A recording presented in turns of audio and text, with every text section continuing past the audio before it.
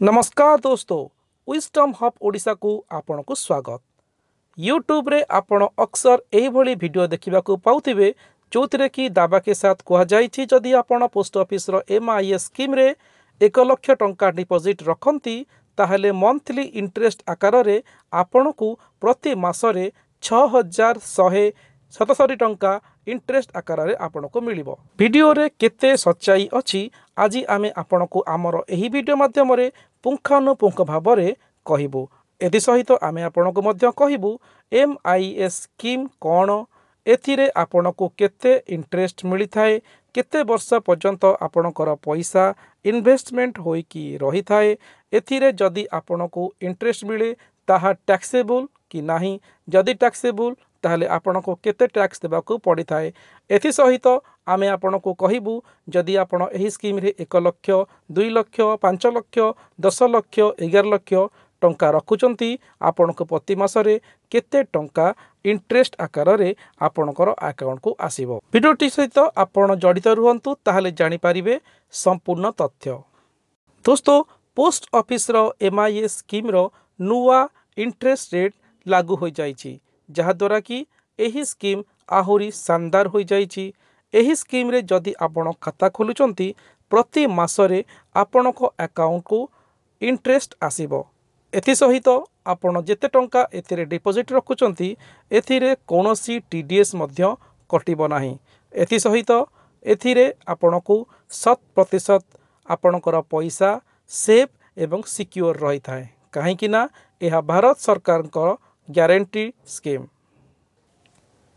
जहाँ भी कंडीशन थाउ ना कहीं आपणकर मूलधन सहित आपणकर इंटरेस्ट आपण को मिलवाटा थय, कहीं ना यह भारत सरकार ग्यारंटेड स्कीम। एथि सहित आपणकर जहाँ भी जरूरत अच्छी प्रति मासरे एही स्कीम रे आपण प्रति मासरे इंटरेस्ट पाई परिबे आउ आपणकर जरूरत को पूरा करि परिबे। एबे आसंतु जानिबा एही स्कीम टी किपरि काम करे। एही स्कीम टी 5 वर्ष पाई रही थाए।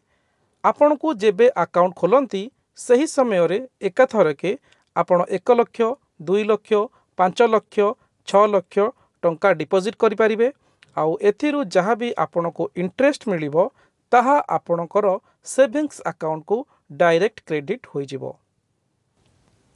आपण जदि चाहिए सही पैसा को खर्च करि परिबे, नचेत आपण सही पैसा को सेविंग्स अकाउंट जदि रखती आमे जानुचु सेविंग्स अकाउंट रे 4% इंटरेस्ट मिली थाए आ आपण को मध्य सही इंटरेस्ट उपरे इंटरेस्ट मध्य आपण को मिलिबो। चलंतु एबे जानिबा जे एही स्कीम रे केते टंका आमे डिपॉजिट करि परिबा। इन्वेस्टमेंट एही स्कीम रे मिनिमम आपण 1000 टंका रु खाता खोली परिबे। जदि आपण एही स्कीम रे अधिका टंका डिपॉजिट करिपार चाहूचंती ताहले आपण सिंगल अकाउंट रे 9 लाख टंका डिपॉजिट करि परिबे। आ जदि आपण निजर पत्नी, निजर भाई किबा निजर बापा माँ सहित जॉइंट अकाउंट खोली अकाउंट रे पैसा डिपॉजिट रखिया पे चाहूचंती ताहले मैक्सिमम आपण 15 लाख टंका डिपॉजिट रखि परिबे। सिंगल अकाउंट रे आपण मैक्सिमम 9 लाख टंका इन्वेस्टमेंट करि परिबे। जॉइंट अकाउंट रे आपण मैक्सिमम 15 लाख टंका डिपॉजिट रखि परिबे।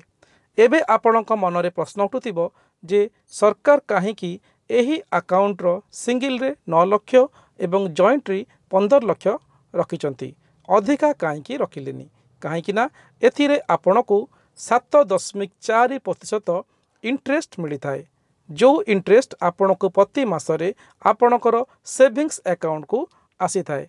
आपण जदि चाहिए एही इंटरेस्ट को लगेई अन्य एक स्कीम रे मध्य री इन्वेस्टमेंट करि परिबे। आपण एथिरु जहाँ भी इंटरेस्ट पाउचंती ताहाकू अन्य स्कीम रे इन्वेस्टमेंट करी 9% पर्यंत आपण इंटरेस्ट कमाई परिबे। तो जो माने पैसा वाला लोक अछंती से माने बहुत पैसा एही स्कीम रे काले इन्वेस्टमेंट न करि देबे, सेति पई एहार लिमिट को 9 लाख 15 लाख रे सीमित करा जायछि। चलंतु एबे जानिबा एही स्कीम रे किए किए अकाउंट खोली पारिबे। एही स्कीम रे जेकोनोसी भारतीय नागरिक अकाउंट खोली पारिबो। जॉइंट अकाउंट मध्य एही स्कीम रे खोला जाई पारिबो। माइनर अकाउंट मध्य ଏହି ସ୍କିମ୍रे ଆକାଉଣ୍ଟ ଖୋଲିପାରିବେ। କିନ୍ତୁ ଯଦି ମାଇନରର ବୟସ 10 ବର୍ଷରୁ କମ୍ ଅଛି ତାହେଲେ ତାଙ୍କର ବାପା କିମ୍ବା ମା କିମ୍ବା ଗାର୍ଡ଼ିଆନଙ୍କ ଅନୁମତିରେ ଏହି ଆକାଉଣ୍ଟ ଖୋଲାଯାଇପାରିବ। କିନ୍ତୁ ଯଦି ମାଇନରର ବୟସ 10 ବର୍ଷରୁ ଅଧିକା ଅଛି ଆଉ ସେ ନିଜେ ସିଗ୍ନେଚର୍ କରି ଜାଣିଛି ତାହେଲେ ସେ ନିଜେ ଇଣ୍ଡିଭିଜୁଆଲି ଏହି ଆକାଉଣ୍ଟକୁ ଖୋଲିପାରିବ। ଏହି ସ୍କିମ୍କୁ ଆପଣ ମାକ୍ସିମମ୍ 5 ବର୍ଷ ପର୍ଯ୍ୟନ୍ତ ରଖିପାରିବେ। 5 ବର୍ଷରେ ଆପଣ ଯାହା ବି ଏମାଉଣ୍ଟ ଆପଣଙ୍କର ଅଛି ତାହା ଆପଣଙ୍କୁ ମୂଳଧନ ଇଣ୍ଟରେଷ୍ଟ ଆପଣଙ୍କୁ ସମସ୍ତ ଫେରାଇ ଦିଆଯିବ। ଏହି ସ୍କିମ୍ରେ ଆପଣଙ୍କୁ 7.4% ଇଣ୍ଟରେଷ୍ଟ ମିଳିଥାଏ ଆଉ ଏହି ଇଣ୍ଟରେଷ୍ଟ ଆପଣଙ୍କର ବ୍ୟାଙ୍କ ଆକାଉଣ୍ଟକୁ ସେଭିଙ୍ଗସ୍ ଆକାଉଣ୍ଟକୁ ଡାଇରେକ୍ଟଲି କ୍ରେଡ଼ିଟେଡ଼ ହୋଇଯାଇଥାଏ। ଚାଲନ୍ତୁ ଏବେ ତ ଆମର ଖାତା ଖୋଲିଗଲା, ହେଲେ ଯଦି କୌଣସି କାରଣରୁ ଏହି ଖାତାକୁ ମଝିରୁ ବନ୍ଦ କରିବାକୁ ପଡ଼େ 5 ବର୍ଷ ପୂର୍ବରୁ ତାହେଲେ କ'ଣ ଖାତା ବନ୍ଦ ହୋଇପାରିବ? ଆଜ୍ଞା ହଁ, ଆକାଉଣ୍ଟ ଖୋଲିବାର 1 ବର୍ଷ ପରେ ଆପଣ ଯେକୌଣସି ସମୟରେ ଆକାଉଣ୍ଟକୁ କ୍ଲୋଜ୍ କରିପାରିବେ। କିନ୍ତୁ ଏଥିପାଇଁ କିଛି କଣ୍ଡିସନ୍ ରହିଛି। ଧ୍ୟାନ ରଖନ୍ତୁ, ଏହି ସ୍କିମ୍ର ମ୍ୟାଚୁରିଟି ପିରିୟଡ଼ ରହିଛି 5 ବର୍ଷ। 5 ବର୍ଷ ପରେ ଏହି ଆକାଉଣ୍ଟ ମନକୁ ମନ ବନ୍ଦ ହୋଇଯିବ ଆଉ ଆପଣଙ୍କର ପ୍ରିନ୍ସିପାଲ ସହିତ ଇଣ୍ଟରେଷ୍ଟ ଆପଣଙ୍କୁ ମିଳିଯାଇଥାଏ।